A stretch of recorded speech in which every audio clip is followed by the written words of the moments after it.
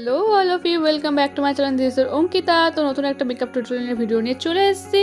তো সামনেই তো পয়লা বৈশাখ, নতুন বছর, নতুন করে তো সাজতেই লাগবে, তাই ভাবলাম চলো একটা ভিডিও নিয়ে তাড়াতাড়ি চলে আসি। তো চলো ভিডিওটা স্টার্ট করি। তাহলে লাইক শেয়ার কমেন্ট করো, আর তাছাড়া সাবস্ক্রাইব করে যাও নতুন হলে চ্যানেলে। তো চলো স্টার্ট করা যাক। তো ফার্স্টে বায়োটিকের এই টোনারটা দিয়ে আমি মুখটাকে ভালো করে টোনিং করে নিয়েছি। তার আগে তো অবশ্যই ক্লিনিং করে নিয়েছি, যেটা মাস্ট করার দরকার। তারপরে আমি সুইস বিউটির এই সিরামটা ইউজ করে নিচ্ছি, আর আমি অফ ক্যামেরা লেন্সেসটাও অ্যাপ্লাই করে নিয়েছি। তো চলো তারপরে ইউজ করছি ময়শ্চারাইজার, যে ডটানকির ময়শ্চারাইজার, ভিটামিন সি আছে এর মধ্যে, খুব ভালো একটা ময়শ্চারাইজার, মুখটাকে খুব ব্রাইট করে।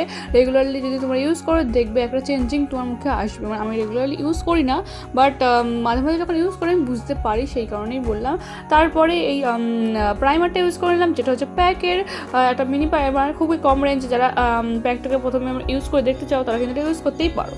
দেন ইউজ করছি ইনসাইডের এই মানে প্যালেটটা, যার মধ্যে থেকে অরেঞ্জ কালারটা একটু কারেক্টিং করে নিচ্ছে, যেহেতু আমার চোখে নিচে আজকাল একটুখানি ডার্ক সার্কেল রয়েছে দেখছি, আর এছাড়াও নাকের চারপাশে, মুখের চারপাশে একটু হালকা হালকা ব্ল্যাক স্পট রয়েছে, সেগুলো ঢাকার জন্যই। তারপর NIB3 এই ফাউন্ডেশনটা ইউজ করছি, যেটা কিন্তু ফুল কভারেজ না দিলেও বাট একটা স্কিন লাইক গ্লো দেয়, যেটা মনে হয় সত্যিকারের স্কিন বাট তোমার বেটার স্কিন এরকম টাইপের। তো এরা কিন্তু ইউজ করে দেখতে পারো রেগুলার বেসিসে, খুব ভালো। আর যারা খুব হেভি মেকআপ চাও না, হালকা কভারেজের মধ্যে হালকা মেকআপ চাও বাট স্কিনটা খুব গ্লো করবে, তারা কিন্তু ইউজ করতে পারো। খুব ভালো, লাইট ওয়েট একদম। তো আমার খুব ভালো লাগে পার্সোনালি, কম রেঞ্জের মধ্যে খুবই ভালো প্রোডাক্ট, মানে রেগুলার ইউজ বেসিসের জন্য খুবই ভালো প্রোডাক্ট। দেখতেই পাচ্ছ তোমার স্কিনের মধ্যে একটা গ্লো দিচ্ছে, এমনকি মেকআপ করতে করতে যখনও মানে পুরো পরেও দেখবে তখনও দেখবে একটা গ্লো দিচ্ছে। তারপরে ওই ইনসাইডের ওই প্যালেটটা থেকেই আমি কালারটা দেখিয়েছিলাম, যে কনসিলার কালারটা, সেটা ইউজ করে নিচ্ছি।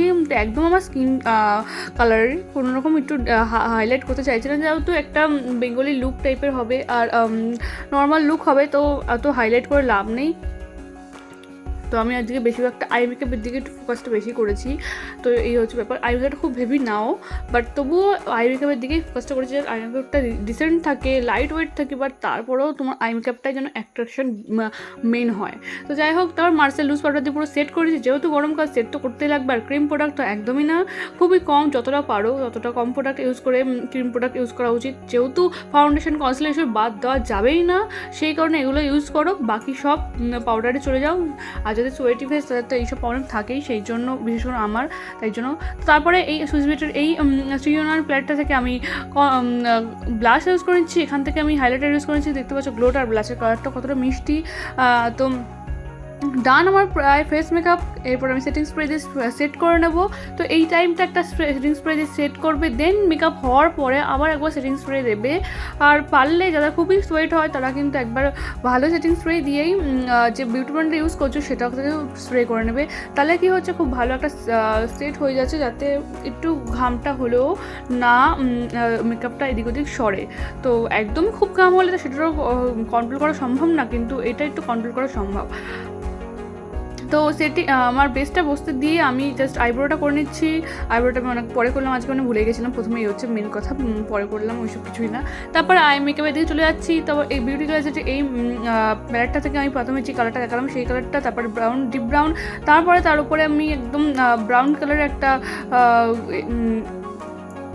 গ্লিটার ঠিক বলবো না, তার নর্মাল একটা শিমার ইউজ করছি। আর চোখের কোণে যেটা লাস্টে দেখালাম সেটা আমি ইউজ করলাম।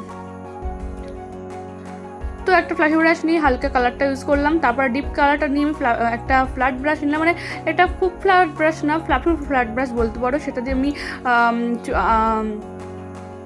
চোখের মানে আউটার কর্নারে দিলাম, একটা উইং টাইপের টানলাম, বা ভাবলাম যে ওরম করে রাখবো, দেখলাম খুব ভালো মানে খুব আমাকে ভালো লাগছে না, তারপর আমি মিশিয়ে দিয়েছি, দেখতে হবে। তো মিশিয়ে দিয়ে দেখতেই পাচ্ছ সেরকম একটা উইংটার নেই, জাস্ট হালকা করে ডিপ কালার রয়েছে। তারপরে এই যে বললাম সিমারটা দিলাম, দেন কাজল দিচ্ছি, ব্লু হেভেনের কাজল, সেটা নিয়ে আমি চোখের নিচে দিচ্ছি, মানে ওয়াটার লাইনে, তার সাথে সাথে একটুখানি নিচে নামিয়ে দিচ্ছি, বাট সেটা শুধুমাত্র আউটার কর্নারের দিকে, ইনার কর্নারে কিন্তু কোনো কাজল আমি ইউজ করিনি। দেন ওই ডিপ কালারটা দিয়ে আবার স্মাচ করে নিচ্ছি সেটাকে, মানে কাজলটা একটু স্মোকি যেন হয়। দেন আমি সুইস বিউটির এই লিপস্টিকটা দিয়ে, যেটা ব্রাউন কালারের, সেটা দিয়ে আমি লাইন ড্র করছি, লিপ লাইন। তারপর আমি জুডোর এই লিপ গ্লসটা দিয়ে আমি মানে একটা জাস্ট গ্লোই মেকআপ মানে লিপ হবে, সেই জন্য আমি গ্লসি লিপ হবে, সেই জন্য আমি এটা ইউজ করছি। তো দেখলে ওকে ভালো লাগছে না, তারপর আমি চেঞ্জ করে দিই, জাস্ট শুধুমাত্র হালকা করে কালারটা রয়ে গেছিলো আগে, সেটা দিয়ে তার উপর থেকে গ্লসটা দিয়ে দিয়েছি। তো tata, this is my final look. তো যারা ভিডিওটা লাস্ট অবধি দেখতেই পেলে যে কতটা আই মেকআপ সিম্পল, মেকআপটাও কতটা সিম্পল।